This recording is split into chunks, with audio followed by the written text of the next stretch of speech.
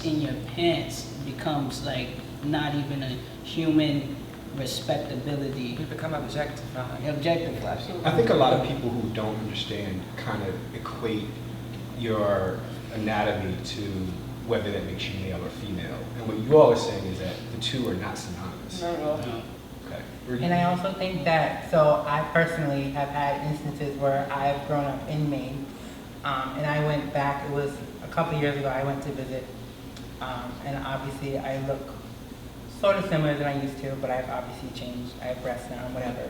And this woman who I used to know, I saw her entering the grocery store, and she stopped me, and she goes, "Oh my God, Bob!" And I was like, okay, this is awkward, number one. You're using my boy name. I have my boobs out, like, what's the problem? And then, so I was with my two close friends, Kylie, who's also trans, and one of my best gay friends, Michael.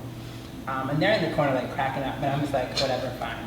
And then she goes, "So, do you still have your bits?" And I was like, "Excuse me?"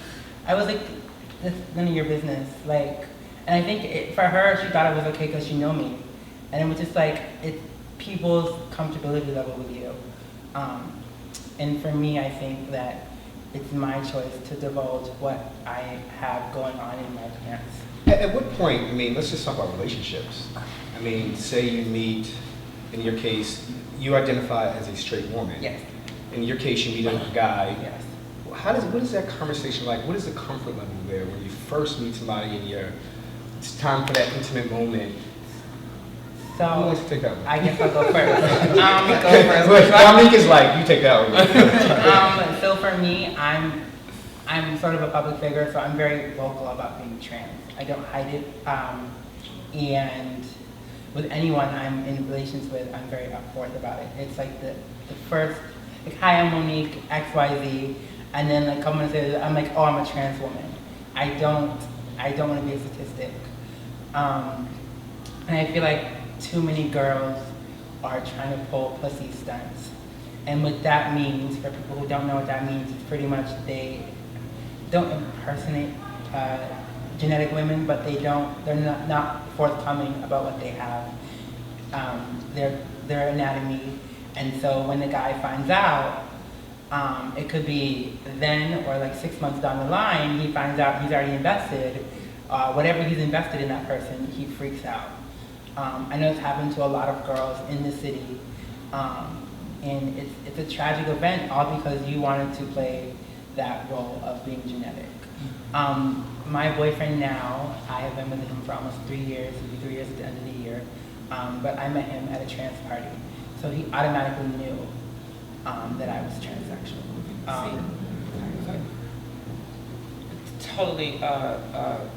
Totally agree with you, but it's different because for a lot of girls, it's not just that they're playing the pretend pussy type of thing. You also have guys out here who, if you don't, they will know what you are, and then they will hurt you, and then they will use the trans panic defense. So I believe it's always best to let them know what's happening, because when I was younger, and even though I'm married, you know, it was the fascination, the freedom of being yourself and guys looking at you, and you know, you're intrigued, you're interested, and they don't. So let's walk through this conversation. Hi, I'm Jason, you're beautiful, we just met, we're hitting it off. Like, how does this go? Do you... Well, if we're interested in each other, we know when we want to date someone or talk to someone. So at that point in time, if I'm interested in you, I'll give you my phone number, and the first text message that you send to me will get a reply, "I'm a trans woman." On any social media or anything like that, and because I'm kind of sort of popular, you know, guys just automatically flock to you. And for me, I don't want to end up that statistic, and I don't want to end up with a guy who's going to use the trans panic defense because he's not comfortable with himself. Because after orgasm, reality sets in, and that's when a lot of people get killed. With that, we are going to, let me do that again, because he was not looking at me. With that, we're going to come back, and we're going to have a good old conversation about Caitlyn Jenner, because I have a lot to say about her, as do I. So, when we come back, thank you. So, I know that, you know, like I said, you and I are friends, and you've chosen not to go about the whole hormone therapy. Why is that? I started homotherapy many, many years ago, and unfortunately I had a physical situation in my life where my doctor and I decided that I had to stop for the moment. And I have not chosen to go back on it for quite a few personal reasons. I do know that eventually it will happen again, and I'm kind of happy that that life played out the way it did, because I was too young to understand it back then. I don't know if anybody understands that, but here I am at 35 now, really understanding and really knowing everything about it and really getting to know everything about it. So when I do start and when I do pick back up, I will be armed with so much information that I think it'll be safer for me. Does that make any sense? You know, Exactly. You know, because now I really know so much at this point. And I also have, you know, personal things and people that are close to me that are not quite in agreement with it. And Tyra spoke on something earlier and said that you have to live your life for yourself. And that's also something that I've been struggling with internally. Are you feeling conflict with your physical self? When you look at yourself in the mirror in the morning, does it bother you that you haven't changed that part of you? Yeah, it's very hard.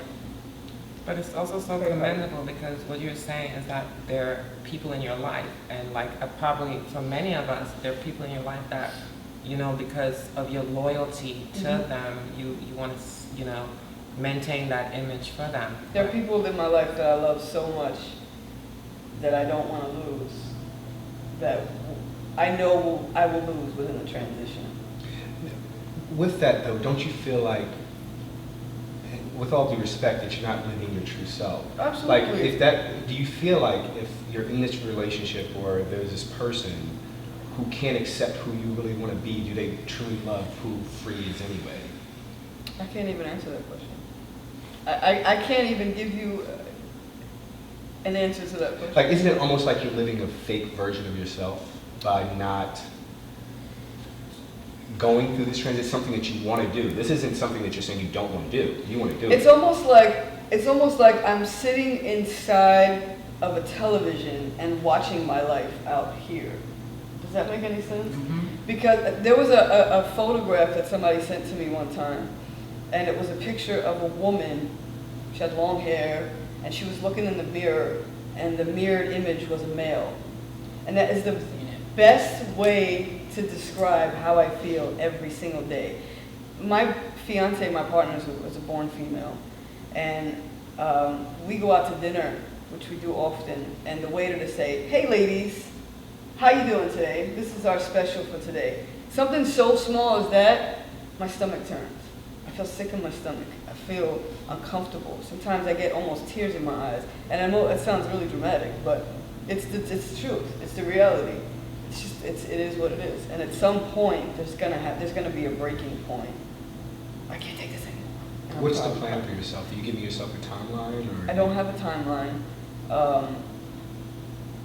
but I'm getting very close to a breaking point. If that makes any sense. It makes complete sense. Yeah. It really does. I love you. I want to ask you guys about. I'm sorry. To reveal to family or partners. Yeah, like what's the revelation process for, you know, revealing to your family or your partner, or, you know, what was that conversation like? To sit at the table and say, "Hey, mom or dad." Well, as far as for me, like, especially since I decided to leave at an early age, that independency and strong-mindedness in my mind was already developed. So I accepted the character flaws I had in certain family relationships.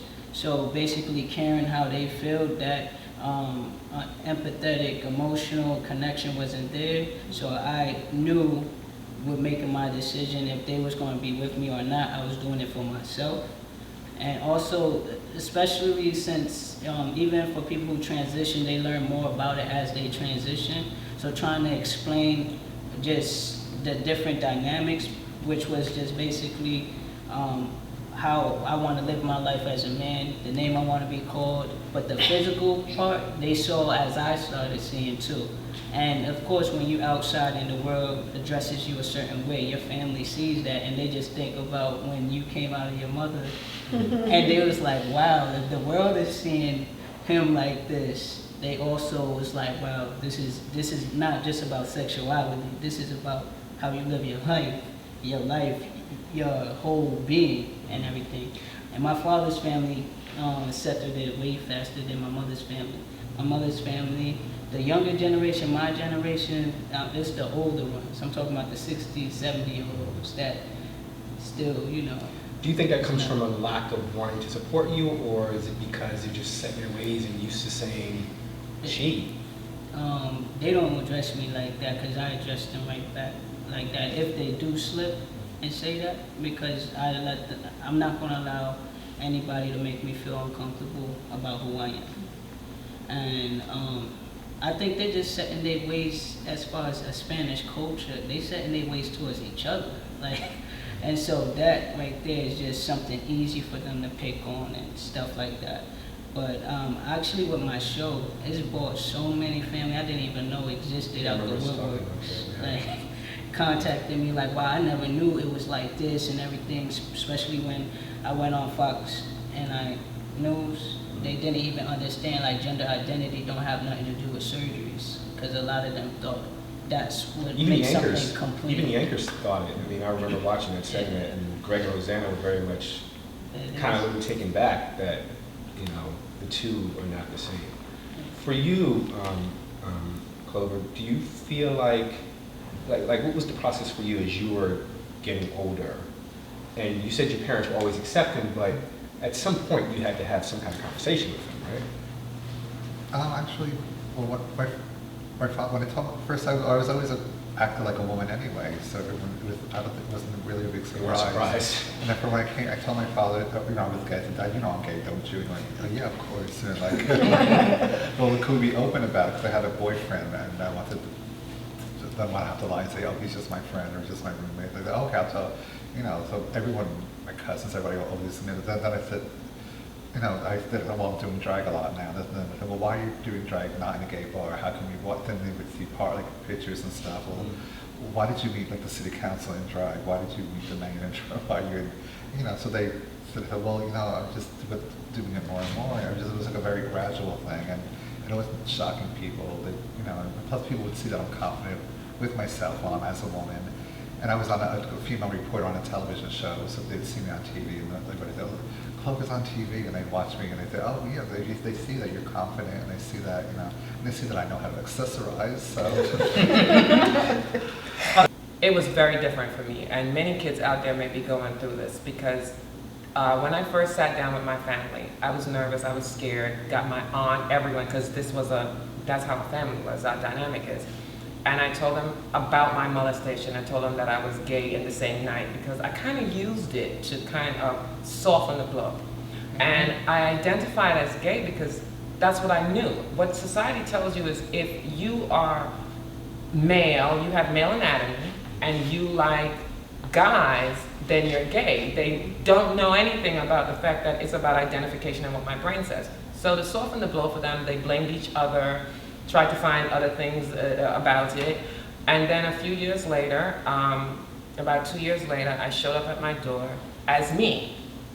And my sister ran into the room screaming that there was a demon at the door. My mother had a fit. It was like people were there. I think it was my sister's birthday. I was I thought they already, you know, knew, but they didn't. And you would think that someone had died or been murdered or something like that. So I like ran away and was leaving the house because all these people just at me, just like it broke me. I felt so much rejection, so much, you know, and to be called like this demon and this, you know, the devil and all that stuff. And then my mother tried speaking to me, and all they could do was pray over me, and she cried hysterically. It was heartbreaking, and I vowed to myself that I would never go back after that. So I'm curious, at what point did you get the strength to go back? Well, in 2005, my mother's pastor called me up and told me that because of my lifestyle, God showed her that I wasn't going to live out the year. And I was devastated. Went dipped into drugs heavily, dipped into all kinds of stuff, and that is when I decided that I had to find my faith. I couldn't let my mother's or my family's thoughts of me destroy me. And in order to get my green card, I had to get my green card through my mother. There was no marriage equality, there were no laws at that time. So I had to go back to her, but I had to go back to her armed with strength and confidence. And so what I did was I paid for her citizenship because it was coming up, so I used strategy. And by doing that, they started to look at me now as not just this person running around in nightclubs. You know, I got a job and everything, and I went back, but I realized that I wanted to be a part of something that I was actually greater than. You know, they lived in a box, and I had been freed from that box. So now I wasn't looking at them as people that I was looking to for acceptance. I was looking at them as people that were ignorant, and I felt sorry for them. When we come back, we're going to talk about the whole LGBTQ issue. A lot of transgender people feel like they don't want to be part of that community. And like I said before, we are going to have that conversation about Caitlyn Jenner right after these commercials. I want to welcome you all back to the reality show. As you can see, this conversation has been really good, but we're going to go a little further. And one of the most controversial figures right now in the public eye is Caitlyn Jenner. A lot of people that I've spoken with feel like Caitlyn is a little late to the game. A lot of transgender men and women I speak to. How do you all feel about Caitlyn Jenner and kind of coming out and getting the ESPY award and all those things? Not all at once. Well, it's good that somebody did finally come out as transgender, like gay people have been coming out and getting on magazine covers, and that's becoming boring now. So now coming out as trans is happening to Chaz Bono before that, and we've done this male to female. Goes to show what it's like. People don't understand why would a man want to be a female, and now we care more about her looks before than when he was a male, what he's wearing. So when you're a female, your looks and your clothes matter so much more than when you're a male. And no one ever asked Bruce Jenner about his clothes and his looks, but they care about Caitlyn a lot more. I think I have mixed emotions on the way everything's been panning out. On one side of me, I feel like it's really positive and really great that we have somebody who is in the eye of the public and was able to come forward and say, you know what, I'm going to use this as an avenue to open people's eyes up about the transgender community. So on one side, it's like, you know what, this is really nice. It's nice to see this. It's nice to see this happening. On the other side of it, part of me is kind of like, if we give Caitlyn this much hurrah, it's making it seem like it's not normal. It's shedding more light on the fact that it's something that's such a big deal and it's so strange and it's so weird. Does that make sense? Does that make sense to you? It's almost like, okay, now I'm now even more abnormal because now it's in the limelight. It's a bigger deal. Before it was like, all right, there's trans and there's this and there's that and everybody's doing their own thing. And I think now it's a little bit more awkward. What do you think, Senator?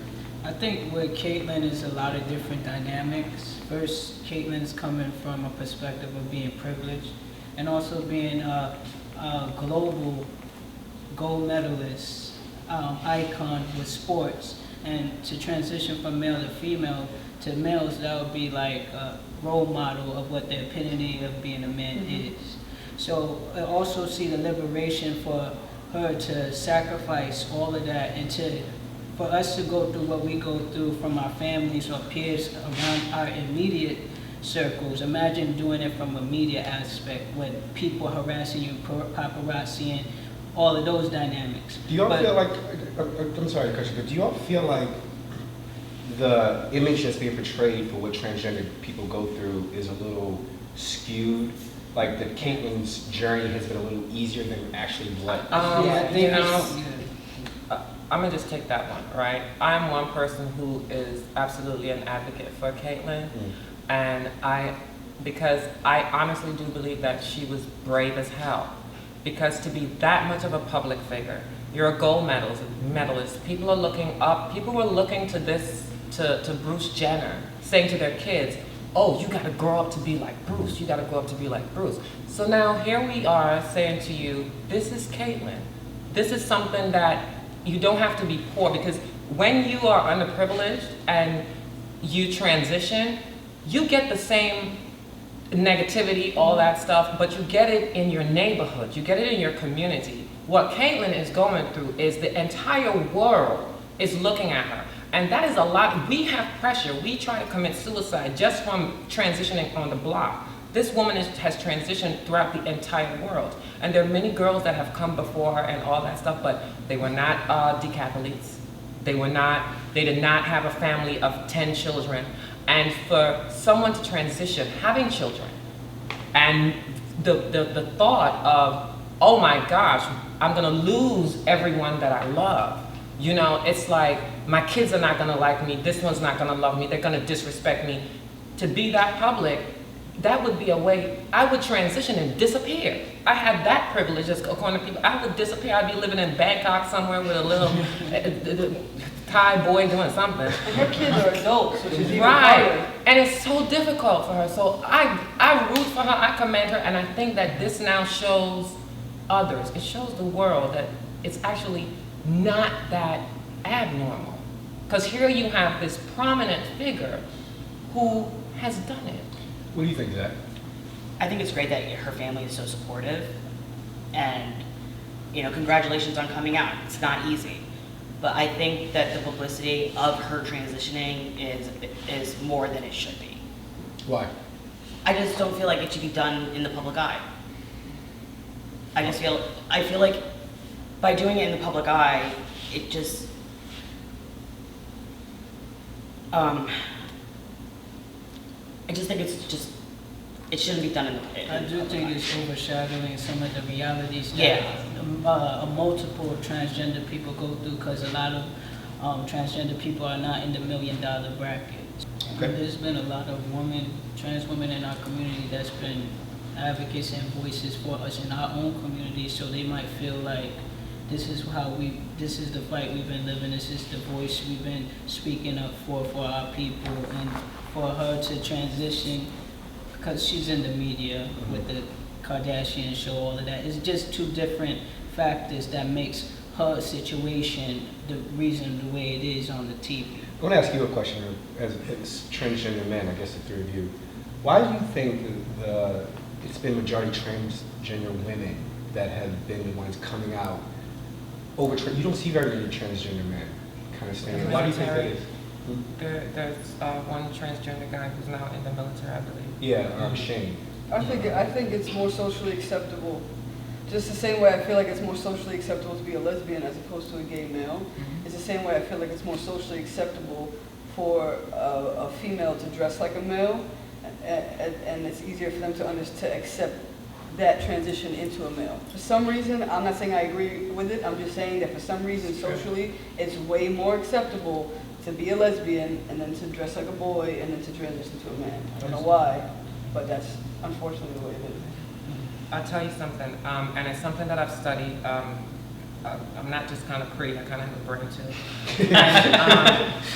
And, I studied that thing and researched it, and what it is that cisgender women do not realize that they are constantly oppressed. And what it is that male privilege has now taught us that the woman has to accept the fact that she's beneath the man. So for a lesbian or a trans man to transition, it's a step up. Yo, bro, you want to be like me. That's what it is. But and like I was told by West Indians and other strong, staunch, so-called Christians, why would you want to be a woman? You want to stand in the kitchen and cook? You want to clean? You want to?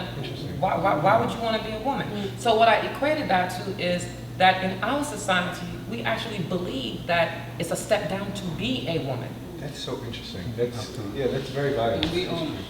And like Tyra said, we also live in a patriarchal world. So with that, they could understand like probably how a female could transition to a man and gain power, but to try to understand, sometimes for men to try to understand how someone could transition from a man to a female, they feel like they losing power. So, and also with the murders, trans women has been in the forefront of activism for everything. And even if you look at like with gay men too, it's the same kind of shaming because the first question people would, normally ask, well, if you're gay, you're top or bottom. Yeah. If you're giving it, all right, it's cool, you cool. So it's like this whole penis thing. If you have a penis or you're supposed to have it, or whatever it is, then you have power. And for you to give up that power, it's like, what's wrong with you? Well, I'm going to leave that right there. When we come back, the last little piece of our conversation, we're going to talk about the T in LGBTQ right after this commercial.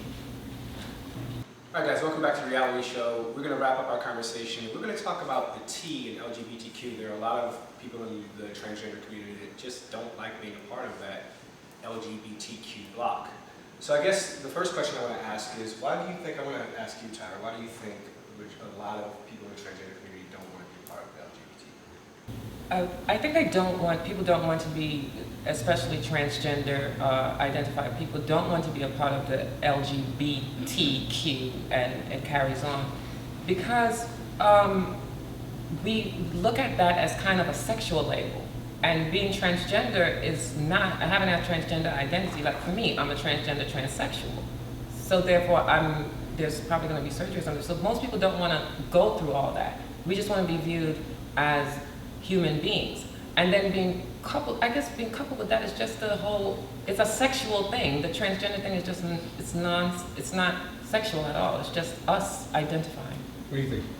Well, I can see how they're all connected because queer, like, we're all people who are, if you're born a man, there's certain things a man should do, a certain way a man should dress, and one of the things a man should do is be attracted to and have sex with women. So if you're born a man and want to dress like, want to act soft, want to act fabulous and pretty, or you're a man who wants to act masculine, but you want to have sex with other masculine men. See, it always, or being a female who wants to, just the way the man should act, the ways the female does. So if you're a gay man, you're not acting the way a man should act. But if you're a man who likes to dress and act like a woman and have pretty hair and pretty jewelry, then you're not doing what a man's supposed to do either. So it's connected in a way of you're not doing the way your gender is supposed to do. But I know just some trans people, they just want to be like a regular person. They don't want to be like a queer person, but that's the way you're born. Especially if you, there's a big difference too with transsexuals and transgender people who pass. And just like there's a difference between gay men. There's some gay men that you would never know they're gay unless they told you, and they have a different experience than gay men that you could tell they're gay. Just like transgender people, you could tell they're transgender. It's different than transgender people who pass as cisgender people. What do you think, sir? Probably because some transgender people feel like their experience or voice is invisible amongst just the L and the G and the B, or simple things not wanting to be labeled or put in a box. For me, it's I identify with T very much because I'm trans, but I'm also heterosexual transsexual. So I don't really identify with being gay or... Explain what that means, because I think a lot of people, and even for me, that was one of the craziest things I learned, is that there are bisexual transgender people, there are straight transgender people, there are gay transgender people. So explain what you mean by Okay, that. so for me, I date men. Currently I'm with a cisgendered man, but I've also been attracted to trans men as well. So I identify as heterosexual because I'm a woman who is into men. I don't identify as queer just because I don't think it's a label, one of the labels that I identify with. It's, regardless of whether I'm attracted to trans men, I think they're still men. So that's where I feel that I'm a heterosexual female. And a lot of people don't get that. It's like one of the biggest struggles that I've had to deal with as a transsexual female with my family and my boyfriend's family and the general public. It's very much, well, you are transsexual, which is great, fine, cool, but your boyfriend has to be gay because you have a male anatomy. And it's one of those things that I've gotten into huge fights about with people, and even my boyfriend's sister and mother. We got into a huge fight about it, and they were like, well, David's gay. I'm like, he's not gay. I'm a woman. They're like, well, you can't be, you have a penis. They are like, we respect you as Monique and we love you as Monique, but at the end of the day, I mean, we're happy for David regardless of who he's with, but it's okay if he's gay. I'm like, he's not gay, so it's a blow for blow, and it's one of those things where it's interesting because David and I have talked about this. People won't ask him. They only come to me about it. They won't ask him because they're, I guess, afraid of him. Interesting. And I know, Zach, do you identify with the LGBTQ? I do, because before I started to transition, I identified as a lesbian. And then once I started hormones, I started to become more sexually attracted to men. So I do identify as a gay trans guy. But I completely agree with Monique. I know a lot of trans people who do identify as straight. So I'm just not one of them. So what about you, Free? Where would you put yourself in that? I definitely don't represent rainbows. I'm being honest, you'll never see a rainbow flag around my neck or anywhere near. I will always stay strong in the fact that I feel that I was born in the wrong body. I will always feel that way, only on a physical sense, having nothing to do with sexuality whatsoever. I am attracted to femininity, ultimate femininity. If that comes with someone who may be born a male and they're just extremely feminine, I'm kind of attracted to that too, although I probably never take it to another level, but femininity is attractive to me. So in that respect, I consider myself a straight male. And once I go through with my full transition, I will in fact identify as a straight male. No disrespect on any community, and I will always say I'm trans. I will always respect that I am trans, but I will be a straight male. Do you think the gay and lesbian community, though, has offered some level of support and protection for No. the transgender community? No. No. Mm-mm. Interesting. We're the last ones to They're the ones that will be the ones, and not all gay men, so let's not get that twisted, okay? Not all gay men, not all lesbians, but there are some lesbians who will look at you and say, you are not a woman, you would never be a woman, there's nothing about you that's going to be a woman. And you have some gay men that will out us on the street. I model professionally, okay? And I would go into a place, I'm here to wear the garment, I'm here to, represent this designers or couturiers' vision, and they out me. Like, no one asked, no one is interested. You find it more for gay men than for... Gay men in a heartbeat. Oh, Miss Honey, let me tell you, you are still a man. In public. So you're all shaking your head. Yeah. Everybody here is shaking their head. Oh yeah, I get Right. more disrespect. I get Yeah. more disrespect now because I haven't chosen to take hormones, but from our community, from the queer umbrella community, I get way more disrespect. Yeah. If I have a conversation with a straight man, he This understands surprises it. me. Like, this Yeah, really... it's true. Yeah. It's very true. Yes. I I went to a noticed gay men's as far dance. as with, you could go ahead. I went to a gay men's dance here at the center, and these men were, why are you in drag? This isn't Night of 1,000 Gowns. And I'm like, just be myself. Yeah. Even with me, with gay men, like they might have like somebody that they interested, and they see the dude that they interested looking at the trans man, and one of them might know what time it is. They think that is going to make that dude not be interested, but that just intensifies a whole bunch of other thoughts, and they think that it's going to make people stop being interested, but it's the opposite effect. I noticed. And I noticed like with men, it seems like gay men and men help trans men more, and females help trans women more, because the girl I date and I'm with is trans women. So I know, I know about the experience of both, because that's what I'm into, and I identify as straight, so by the way. But I had a Because therapist. they mad that you're doing it better than them. I had a therapist. That's what it is. My second therapist said to me that there's no such thing as trans, and I just did this because I wanted attention. He's like, look, I'm a gay man, I live my life, I do as I please. If you want to get in drag and wear a wig, then fine. He's like, but there's no such thing as a trans identity. And I picked up my pocketbook and everything like that. I said, thank you, and left. And then I got into therapy with someone else. But we get a lot of flack, because people think we live in a world of competition, and that's what people think it is. So if a cisgender woman sees a trans woman, she's immediate competition, because we're going to get up at 6 o'clock, 7 o'clock in the morning to make sure that this mug sits right. We're going to make sure that our bras are on point.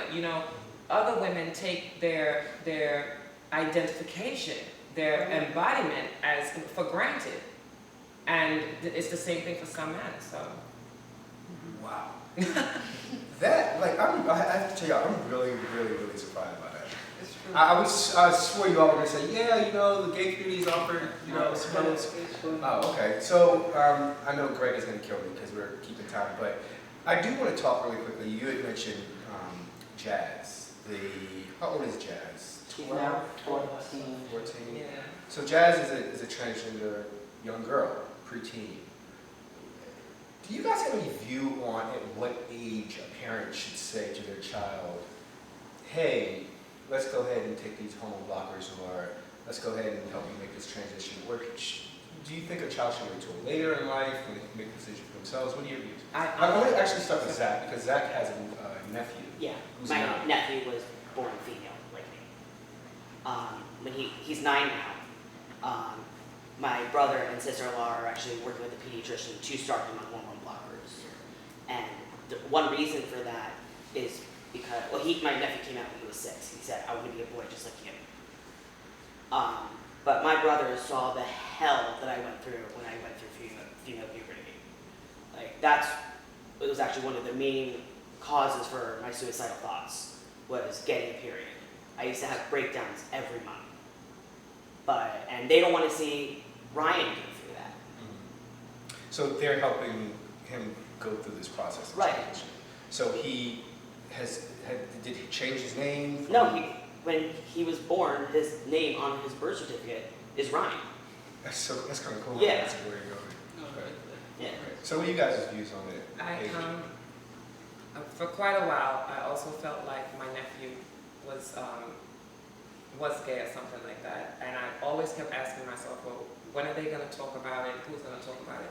I honestly think that we should understand that parenting is about guiding and protecting, not governing, as in governing in this dictatorship. In the West Indies, you're told who you're going to be, you're told what you're going to do, you're told who you are and who you can and cannot be. But for kids now, especially for those kids who may have that transgender identification, I honestly suggest that parents really watch them, guide them, protect them. You know, if Tommy wants to wear a dress to school, like there was a father in Europe, and he moved, I believe, from Ireland to London because his son wanted to wear dresses to school, and he was getting a lot of flack for it. So what did he do? He put on a dress too, and walked his son to school. Wow. You know, so these are the kind of parents that need to be with these trans kids, because remember, trans people we don't have our own kids unless, you know, we do it in the reverse. So it's the straight people out there that are giving birth to us. So they have to learn to guide us. Parents need to learn to research. Stop talking about, and because I'm black and I've lived in the hood, stop talking about what the baby daddy didn't do and who the baby daddy was and putting Jordans and stuff on your kids' feet, and get to know your children. Know who your children are. Watch them as they grow. Guide them. Well, I think that covers it. I thoroughly have enjoyed talking to the 6 of you. It has been a very enlightening conversation, and I want to thank you all for being here. Thank you. Thank you. And when we come back, I'm going to give my final thoughts. Thank you. I sincerely want to thank you all for joining us for Trans Livelihood, brought to you in part by the LGBTQ Center of New York. I have to tell you, these panels were amazing, and I learned so much today, and I hope you learned a lot today. Part of the reason we're doing this show is to educate and inspire, as I mentioned earlier, and I hope that you'll continue to join us as we do these shows, talking about issues within our community. Again, my name is Jason Mans, and it's been a pleasure to be your host. Have a good day.